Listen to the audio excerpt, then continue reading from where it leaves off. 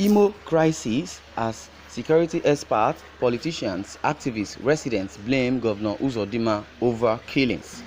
Reactions have continued to trail the current security situation in Imo State with its resultant loss of lives and valuables. Daily Post earlier reported that the attack on Sunday at the police divisional headquarters, OG, in Owerri, where 4 motorists were shot, including the State Commissioner for Skills Acquisition and Entrepreneurship, Ike Ume.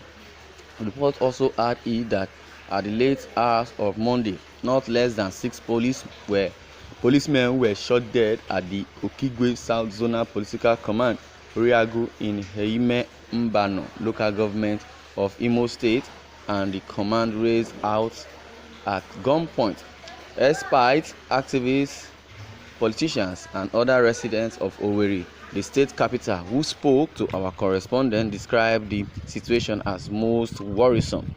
The national president of Igbo National Council Worldwide, INC, Chilos Godsend, while reacting to the situation, put the blame on the government, accusing it of handling the trend with kids' glove. He said that the governors, Senator Uzodinma, as well as other southeast governors, have sabotaged the zone over a pot of yam porridge by dancing to the tune of the Fulanis for one selfish interest or the other. Herein, the situation here is unwarranted and alarming. Not a day that passes without the sound of a gunshot or killing in the eastern part of the country. The unknown gunmen have gone as far as setting the state's correctional center and the governor's ancestral home ablaze.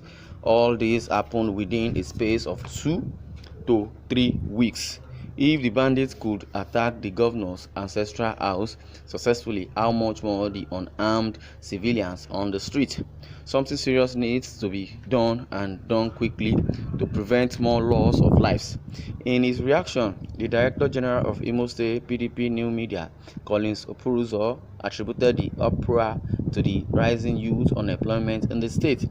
Here he recalled that in the end of Senator Uzodinma's 1 year in office, the unemployment level of the state had soared to 33.3%, as over 2.9 million unemployable youths are completely out of jobs, naming the state as the unemployment capital in the country. He said that the governor is busy chasing shadows to the detriment of millions of Imo people whose lives are at risk. Opuruzo added further, the governor should stop shifting blame to the opposition and some self-determination groups. He should stand to his feet and confront the security challenges head-on. If a governor is incapable of protecting the lives of those who elected him, then he should resign honorably. Imo people will no longer tolerate this. It is becoming quite unbearable. A retired Army Captain, David Mbamara, has urged the Imo State government to thoroughly investigate the root cause of the repeated attacks in the state, rather than accusing the indigenous people of Biafra, IPOB, of being responsible for all the attacks in recent times.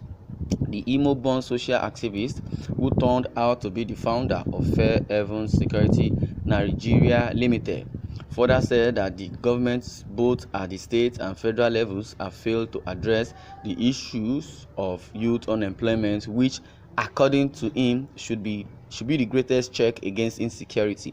When the people are gainfully employed and are provided with good welfare package, there won't be any trace of violence. Unfortunately, the government has failed in this aspect. So what do you expect? The cost of living is high. People have no jobs to fend for themselves. The people are not happy. Here, the government is keeping mum over this. It is an unfortunate situation. Another Imo son, who is a lecturer of microbiology in Imo State University, who pleaded anonymity, said that the worst is yet to come if the government fails to address the issue of youth redundancy. Imo is a state that produces a large number of graduates annually, and there are no jobs for them. Note that 10 jobless graduates are 10 criminals, and so it goes on and on and on like that. Government should provide job opportunities for the seeming unemployed youth. Until this is done, the restlessness will continue to creep like the Harmattan fire. A cross-section of traders in Amakohia Modern Market, Owerri, said that the situation at kept them in perpetual fear, as no one knows when the enemies will strike. A butcher in the market, who also refused being mentioned, said that attack by the unknown gunmen has become the order of the day. He said that the fear of the unknown gunmen has kept everyone at alert, even as they are marketing their wares.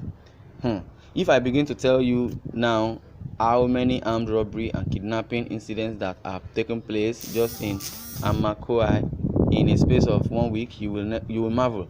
Nobody is safe here. We are living by the grace of God. A few days ago, a woman was kidnapped in a nearby street, and minutes after that, some robbers went to Akwakuma and disposed people of their belongings. What I am not sure about is if we actually have a government or security agents in the state. The governor is busy chasing shadows while his people die every day. This is an ugly trend that needs to be stopped immediately in order to save the lives of the people. Government should act fast and stop blaming the opposition party. Yes, they kept blaming opposition past administration. They said they are the cause of the economy meltdown, they are the cause of dollar rise, they are the cause of this, they are the cause of insecurity, this and that. Like I was reading yesterday that the former ex-service chief was changed, and Buratai said even if they change ex-service chief every day, the insecurity in the northeast will not stop till the next 20 years if the needful is not done. And they know, according to you, said the government knows what they are supposed to do, because we have the saboteur, we have sponsors of these insecurities, sponsors of Boko Haram all over the government parastatals, from the minister to the senator, from the senator. In short, he said all the politicians, they are all involved, except if he does not know what he's saying. Governor came through a back door and very incompetent by all standards. Referring back to Hope Uzodinma, they said he came through a back door because he was not supposed to be the governor of the state. According to the Indigenes, they said Ihedioha won the electoral vote, and Uzodinma came from back door to become the governor.